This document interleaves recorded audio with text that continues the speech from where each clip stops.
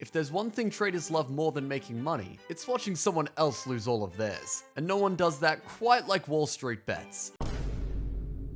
And as gruesome as these losses are, there's always a takeaway. Except for this guy. He lost $1 million, a respectable number for a hedge fund.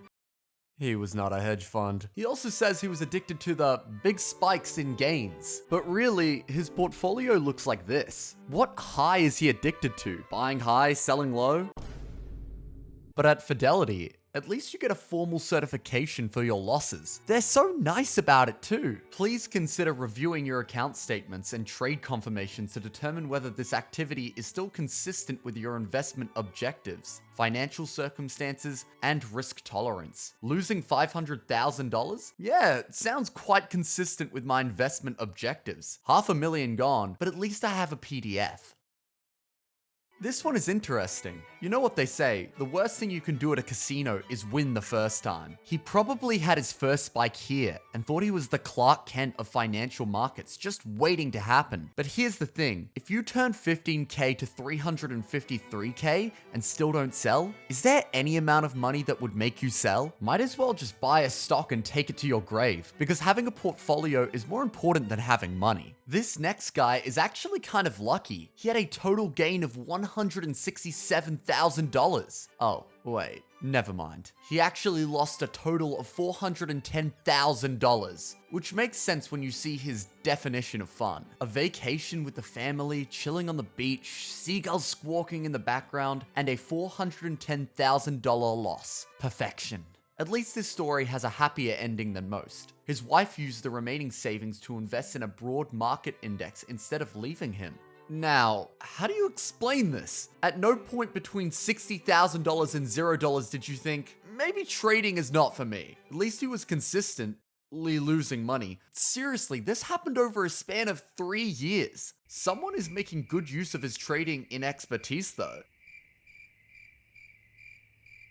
How did this even happen? If you think this is just another everyday $500,000 loss, think again. This time, there's also a $200,000 personal loan involved. Now, for anyone that is active on WallStreetBets, investing is already bad enough. Taking out a loan to invest? Save your time and hand over your apartment keys to the bank already. Oh, but he still has 120K left, you say? Not for long. I don't think any of these people realize you can leave $500,000 to rot in an index fund, never save another penny, and double the money every 7 years at a 10% return. Or you could lose it all in 0 days to expiration spy trades. He made most of his money from the crypto boom of 2021 and assumed he was invincible. At least he got a lesson out of it, but then again, $500,000 would get you 14 semesters at Harvard. Now, here's a special case. His father left him $100,000 and he decided to trade it on the way down. Unfortunately, he was not a trading savant that could predict market outcomes with 100% accuracy. What's fascinating is this post was made on the 30th of September 2022, a time when the indexes were at yearly lows, and he still managed to lose money on puts. Which brings us to this guy, who lost for 4 consecutive months, blowing almost 100% of his account. But bad things happen to good people, and he says he wasn't too greedy. And then he goes ahead and says he thought he could get a 10% return per day. I won't even get into this one. And if you're confused as to why that expectation is bad, please stop trading for your own safety. Of course, Reddit wasn't going to let this one slide. Bro thought he could make 10% profit a day. That's certified grade A regardation. A 10% return per trading day compounded works out to be a 26910000000% annual return. 26.9 billion% for those who can't read good. Give this guy a helmet and make sure he no longer has access to the internet. This is one of the largest losses in this video, and the most nonchalant guy too. He lost $655,000 and says $100,000 reloaded. Yeah, he's using that gun to shoot his future. What is he reloading for? Because adding more capital is the best thing you can do after losing 10 times the average annual salary in your country. Either way, he's making us all feel better about our portfolios at least.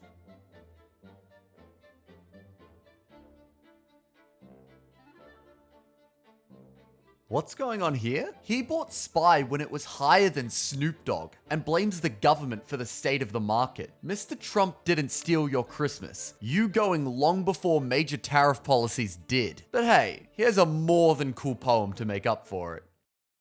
For the first time so far, we have someone who is smart about it. He comes to terms with the fact that he gave up his retirement funds and is not loaning out $100,000 to make back the amount he lost. There's always a silver lining. He made $6,000, lost $200,000, and had a net gain of 7,000 upvotes on Reddit. Win-win. It's great to see the comments are as helpful as always. This is honestly just sad. He spent his life savings of $30K on options, took out a loan to salvage the situation, and lost that too. Now he's $22K in debt at a $36K income, where half of the money he earns goes into rent and utilities. His net worth is a negative number that can legally drink. Some people say he should leave his girlfriend at this point, and they're probably right. This is the time for him to lock in, but who knows? Maybe his girlfriend will give him the emotional support he needs to get out of this mess. Or maybe his girlfriend's boyfriend could help him out. Not my words. This one is supposed to be a treat. He says, feast your eyes on my financial losses. And boy, is this a buffet of financial failure. His trade choices make it look like he woke up and chose the ticker that sounded the coolest. TQQQ. Those extra Qs are his losses being multiplied by 3 each time. No, literally. That's what 3x leveraged ETFs are. At least, that's what they become when you never win. This one lost $77,000 per month for 3 months straight, and it's still only about 50% of his savings. But if he doesn't stop, that $200K he has left will seem a lot like zero when he's done, because his grand strategy at one point was to get a 1 to 5% daily return to earn all his money back. In fact, he YOLO'd so hard, his broker gave him a $10,000 rebate. This time, our poster has ascended. There is no cheeky caption, no sob story, and no bragging about how they still managed to only lose 90% and not all of their account. There's just one picture, a $352,000 loss. We do see him buy $25 SoFi calls around December 27, 2022. Here is the price of that stock on that date, $4.61. That stock could have a 500% return overnight and his call would still be worthless. It is not that hard to see how he lost the rest of his money now, even without a caption. And according to comments, he's in even deeper trouble.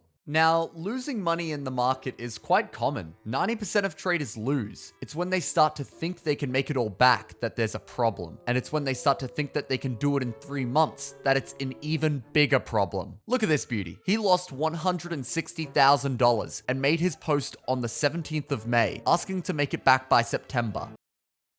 And to that I say, this is the worst drop so far. It's like the Niagara Falls of losses. And when he says he YOLO'd recouped funds into SPY, it isn't the index fund he's talking about, because he's special. And special people don't do simple things like that. He bought a $601 call option for SPY instead, expiring in 2 days. That's special. SPY peaked at $600.65, just 45 cents short of being in the money before falling back down to 590s the next day. So he blew the rest of his money too.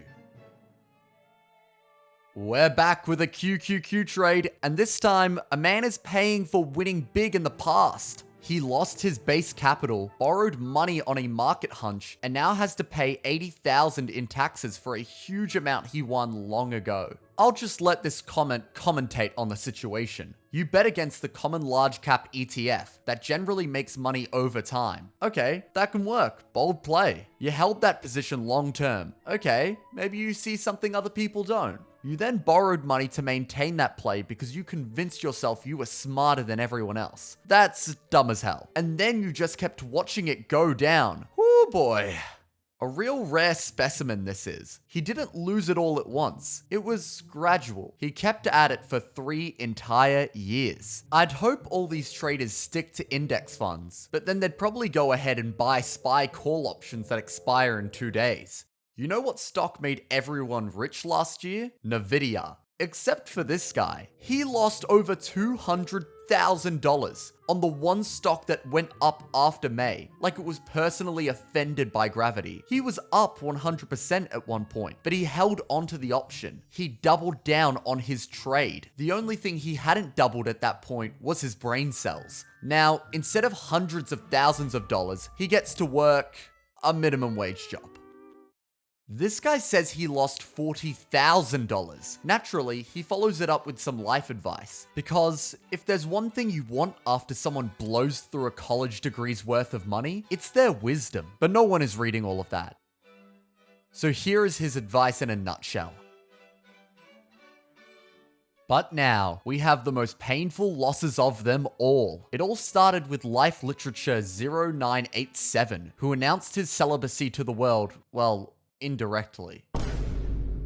This post didn't age well, as GameStop stocks did fall below 450 that day. All we have in memory is this comment.